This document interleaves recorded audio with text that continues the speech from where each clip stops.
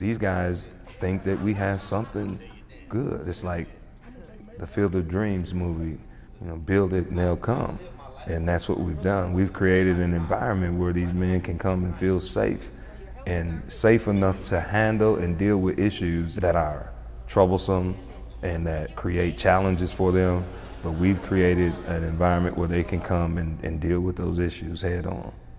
Inside the Milwaukee Fatherhood Initiative, next on Black Nouveau.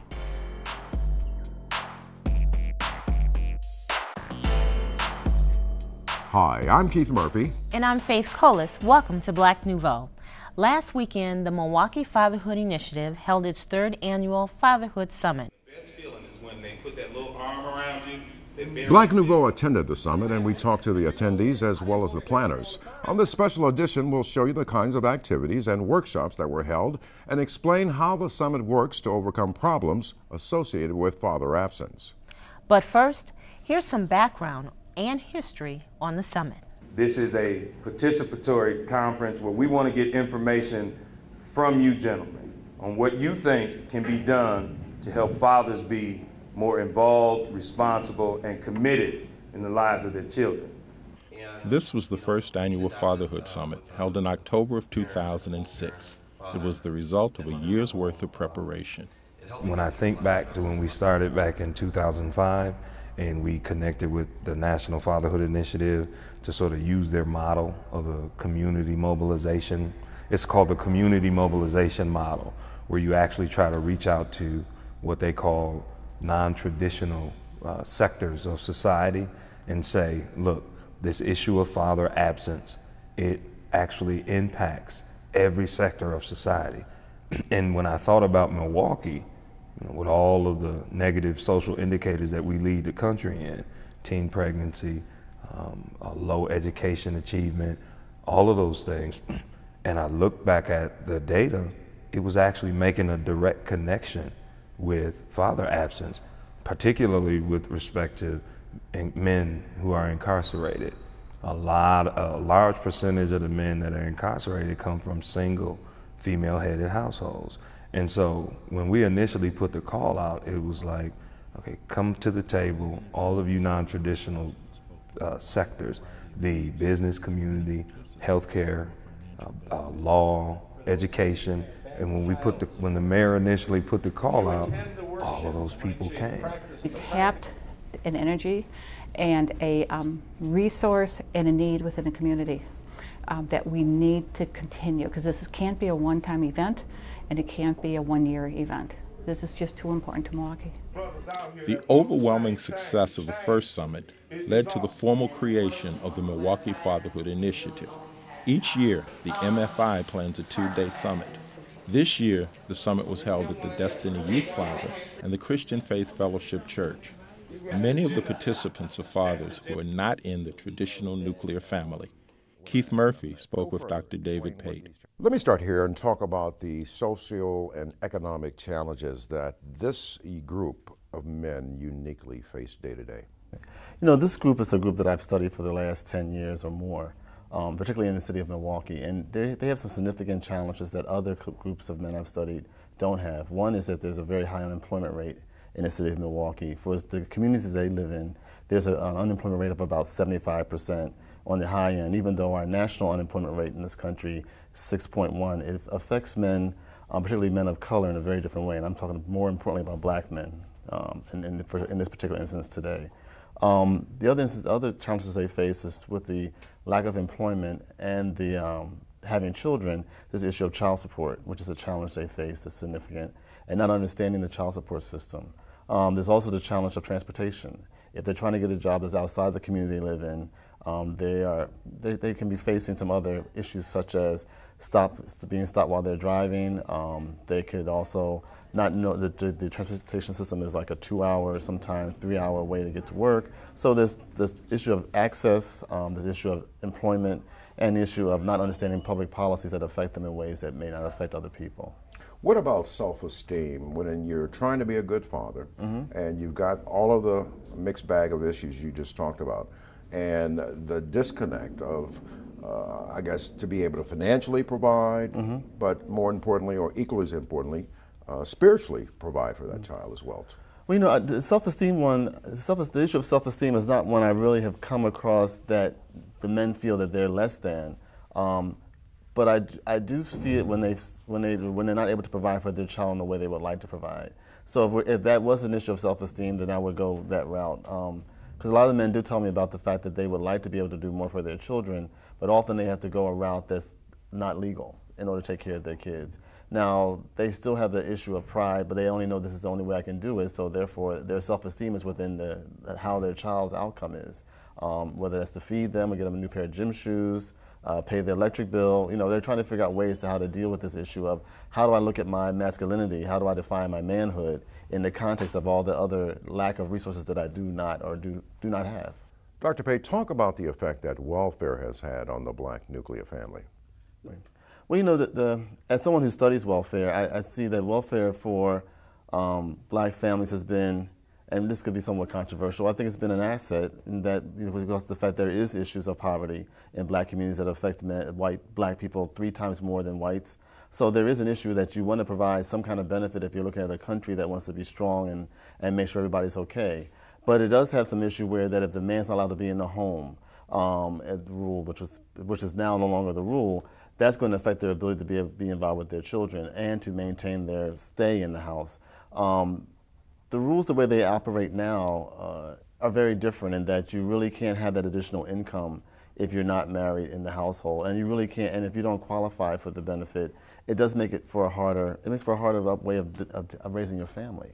Well, there's a project called the Masculinity Project, looking at the Black community, and it's just starting up in October to just look at for the next year, how do you define masculinity and manhood in the Black community when there are so many issues that are barriers to you reaching whatever that definition is? Because the status quo is you have a job, you pay your bills, you buy a house, you get a car, and you're married to the mother of your children. That's not the prototype of many Black families right now. In fact, it's not the prototype of many families in this country, not just Black families. I mean, we have a 50% divorce rate. So there's something going on in our country related to that. However, for Black families, the poverty rate is 3 times that of white families. So there is something different in that group that's going to make it much more difficult for you to be able to attain the definition of whatever standard has been set by the country. Our Bobby Drake spoke with some of the attendees. I came out, this is my 2nd year in the Fatherhood Initiative, to come out for new ideals and how to take care of your child, to share my experience and, growing up as a young adult, becoming a first dad, and what the responsibilities are to the younger adults that's becoming a dad. I'm looking forward to doing more so 2 things. Primarily seeing if I can take some classes or something that could possibly whether help me to either be more financially responsible in terms of whether it be paying child support or paying for my son, or I'm looking possibly to see if I can whether get some of that amount of arrears or interest reduced, because it just keeps coming and paycheck, and every 3 months now they're starting to garnish for a receipt and disbursement.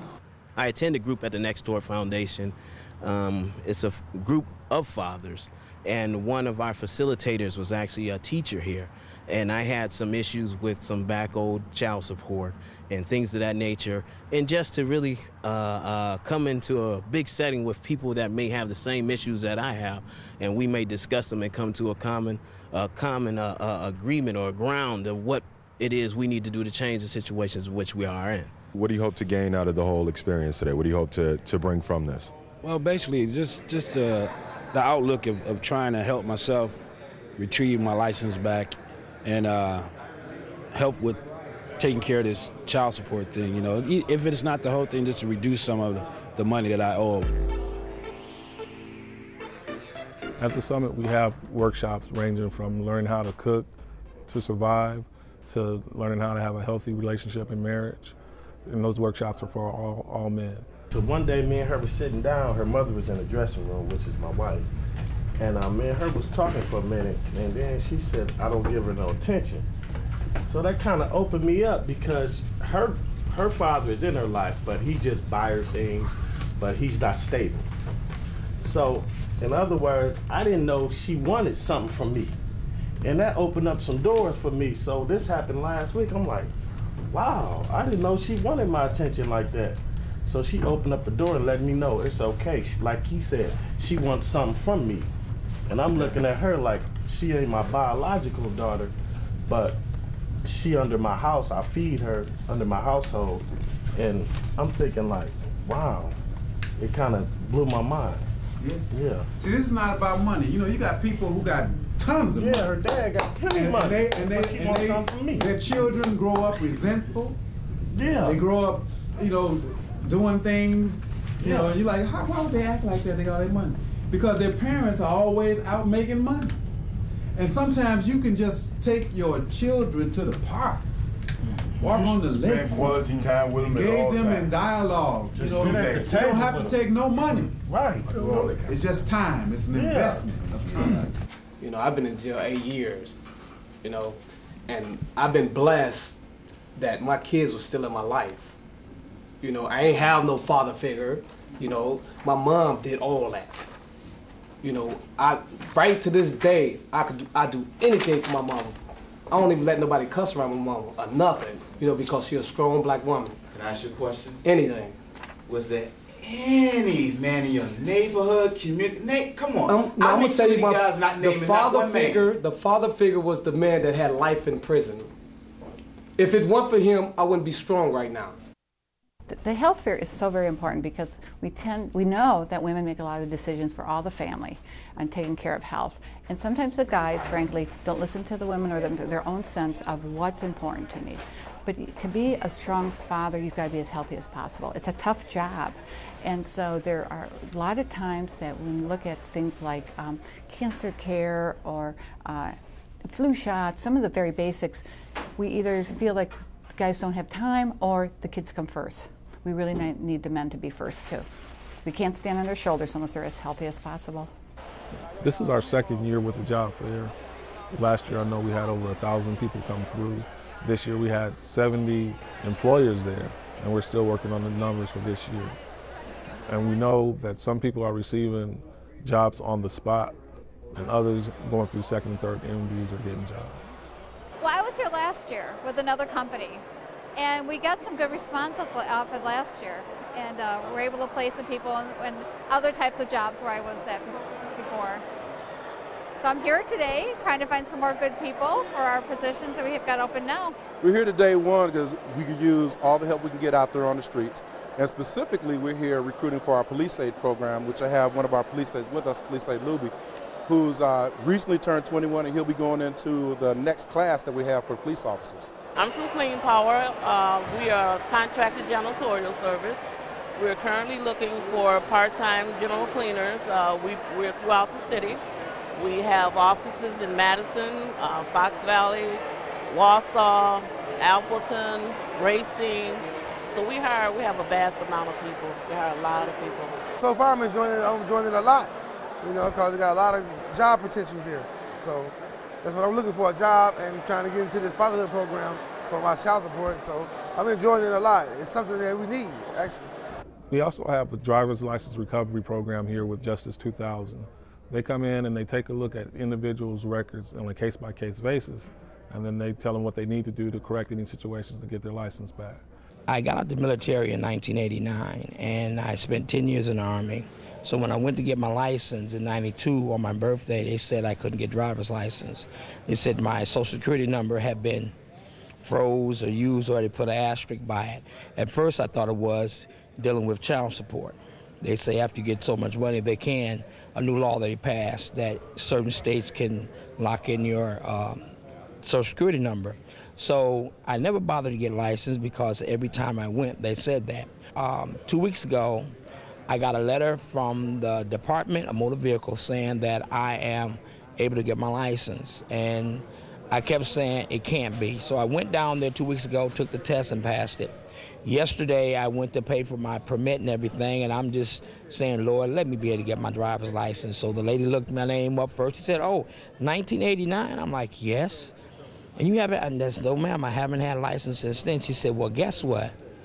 you can get licensed. So to me, that was a blessing due to the perseverance of me meeting Carmen Ray and Mr. Terrence Ray and dealing with the Fatherhood Initiative program. They gave me the intestinal fortitude to go out and get them to take a chance. We also work hand in hand with the Milwaukee County Child Support Enforcement Agency. What they can do is they take a look at each individual case, and they work off the arrears and interest owed on the debt. They don't deal with the principal because that's the money that's owed to the family. But the money that's owed to the state and the money that's owed in interest, sometimes they can do arrears management and interest deduction. Half of my check is getting took for back child support. For regular child support, they take half of my check. I said, well, what am I going to do about the rest of my bills? This is downtown room 101. They say, well, you better find another job, you know. So I did that, and they said, and also, you need to file a stipulation to try to get your child support lowered. So I went to do that. So I went upstairs to the next room, you know which one it is. The lady looked at me, she wrote some stuff down. She said, well, it's gonna be $50 for you to reopen your case. I said, well, what make you think I got $50 to reopen my case? She said, you fell under the federal guidelines that you can afford to reopen your case. I said, what are the federal guidelines? She said, I can't tell you that. You represent what I know the black father to be, not the stereotype that everybody has. You represent somebody who is doing what he can for his children. And I need to say that for the guys that are in here, is that whatever problems there are that exist in people's lives, there are some men who don't have anything but will give what they can find to their children. The adage that behind every good man is a great woman holds especially true for the Fatherhood Summit, where women are instrumental in the planning and the execution of the project. Wherever there are many men, you are going to find many women. It just kind of happens like that. It's just like, you know, they do ladies' nights at clubs because they know if the ladies are there, the men are there. Well, it actually happens the opposite way as well, you know, where there's a lot of men, there's going to be women. So, but you know, the women are there to support because we want to see the father succeed. I got involved with the Fatherhood Summit through Terrence Ray. I worked with him years ago with 100 Black Men with my event planning service, and he brought me on after the first year when they planned for 300 and 1,200 showed up. The second year he thought maybe he might need an event planner. So last year we did it here at Destiny, and I did all the logistics, and so nobody else wants to do all of that stuff. So he called me back. You gonna do that again? So yeah, but it's great. I love it. It's a lot of work, but it's definitely worth it. The community and see all the men, you know, getting what they need. Sometimes when you're a director of an agency, you take care of all the contacts and the administrative stuff, but you're not always touching the folks that really matter. When you're part of a team, like in the Fatherhood Summit, I'm put on registration, or I'm putting out the tables, or I'm talking to the guys who are saying to me, do you know where I need to go next, because this is the problem I have? And then it's just one-on-one, and that makes a difference. It started off with just an effort to kind of help men with child support, and then driver license, and then we seen it was really a huge holistic opportunity for other service providers to get involved. And because of the Alma Center's work with men that have a history of domestic violence, it just seemed like a really good fit and a good place for me to come and offer some support. Carmen is married to Fatherhood Initiative Director Terrence Ray, but she would be involved in the project without that connection. It's important because all sectors of this community have an opportunity to really be involved.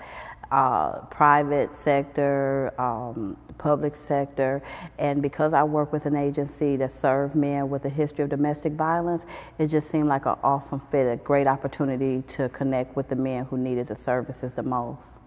Attendees were able to leave their children in daycare and get their hair cut for free. I'm a father also, and just fathers helping fathers, and I know see it's more than just a father. It's just fathers trying to get jobs, and some fathers ain't able to run into the barbershop or pay their barbershop price because they ain't got a job. So I'm here to just make them look presentable while they're trying to get the job. Gregory Rounds got into trouble as a teenager. Then he turned his life around. He went into the service served in Iraq and came home. Then trouble found him. I was doing the right thing, trying to prevent somebody from retaliating. So I took the gun from my 17-year-old, like a little cousin that I called, because he got shot in the shoulder at a house party or some party that he was attending. And I seen him walking down the street with the gun, so I stopped my car, jumped out the car, and asked him what was going on. And he told me, and now he's looking for this guy that shot him. So I did what I thought was right. I took the gun out of his hand, put it in my car, and drove probably like a half a block down the street to let his mother know that, you know, this is what happened to him and this and that. But I was speeding down the block, and the car that I was driving, the tags was expired. So they pulled me over for speeding, and they got the statement from him because he was at the hospital, shot in the shoulder. So one thing led from the detective telling me, well, we're just going to take you downtown and run the fingerprints and make sure the gun is, you know, don't have no dead bodies on it or whatnot. So that led to them charging me for having a concealed weapon in my car, a CCW. Went to about 2 or 3 court dates, and it changed from a CCW to a possession of a firearm by a felon, which they went off my juvenile record. Tried to get a dismissal. I even tried to get probation. The judge would not honor me none of that, even though he said I was a felon in possession of a firearm, but I served my country. I was an infantry soldier. I was trained on every weapon known to man, tanks, everything. So I shot everything, fought in Iraq. And he still, it wasn't recognized. He still went off of me as a little kid, 16 years old, and really just being a follower then, you know, just hanging with the wrong crowd. That's who he judged me off. He didn't judge me off the man I am today. So that's, I feel, was wrong. Presenting the 2008 Grandfathers Procession. The summit also took time to celebrate grandfathers. Mr. DePorish Brown, come on down.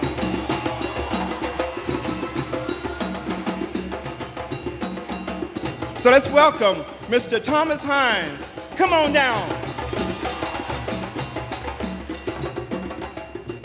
And one session featured a dialogue with publisher Paul Coates and his son, Ta-Nehisi Coates, who wrote a book on their relationship. There's a lot of talk about the crises in black men, crises in black fatherhood. What I wanted to do with this book is take it back, because when I was coming up, there was similar talk about a crisis. This book takes place in the 1980s and in the early 1990s, in the era of crack. Hip-hop is first dawning and everything. And all the talk at that point was about how black males were an endangered species and what we were going to do about fathers and all that sort of stuff. And I was lucky enough to have a father. It occurred to me, just as I was listening to so many powerful speakers before, my dad was the most courageous man I ever knew. And that's just straight talk. That was point blank. And much of my childhood was about how I was going to live up to my dad, how I was going to, you know, be who he was. I'm like humbled that I've lived long enough to have a son reflect back on all of the things that I put him and the rest of his siblings through. It was a lot. It was a lot. And to be able to write about that in such a beautifully celebrated way, I'm like humbled by that and enjoyed. And to just carry it a step further, I agree with the brother who spoke earlier, Brother Thomas, I think it was, and he was talking about the joys of fatherhood and how wonderful it is to be called daddy. You know, that's the type of emotion I get out of reading Ta-Nehisi's book, listening to him. Like, it was all worthwhile. It was all worthwhile. And I want to just extend our conversation. And I think Terrence was hitting on this also, about the pleasure out of fatherhood. I don't know of anything that I've ever done in my life, anything that I will ever do in my life that has brought me more pleasure at this stage, okay, than being the father of 7 wonderful, wonderful, wonderful children. This is a plea to all the men who left their sons alone. Don't dwell upon the past, they need you, so just come back home. It's not about you and your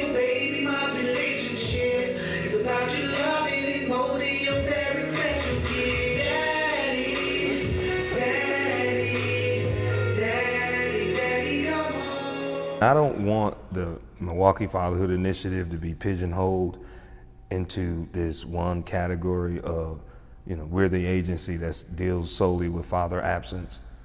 I mean, father absence is at a crisis level across the country, and we know that. And it's inevitable that we're going to deal with that issue. However, what I want our agency to be more recognized for is the agency or organization that celebrates and gets people to feel good about the role of fathers in our society. 2 weeks ago, we asked the question, who was the first African-American major party candidate for president? Many of you knew the answer was New York Representative Shirley Chisholm. But here are the 3 winners of the Black Nouveau t-shirts. Last week we asked, name the youth group that was active during Milwaukee's civil rights struggle of the 1960s. The answer is the NAACP Youth Council. We'll post the name of the winners next week. This week our question is, name the first African American elected to Congress in the 20th century. If you think you know the answer, call 414-297-7556. Give us the answer, your name and phone number. The first 3 correct answers will win a Black Nouveau t-shirt like the one you see here. And that wraps up this special edition of Black Nouveau. Remember, in the coming week, do something to expand your world. Good night.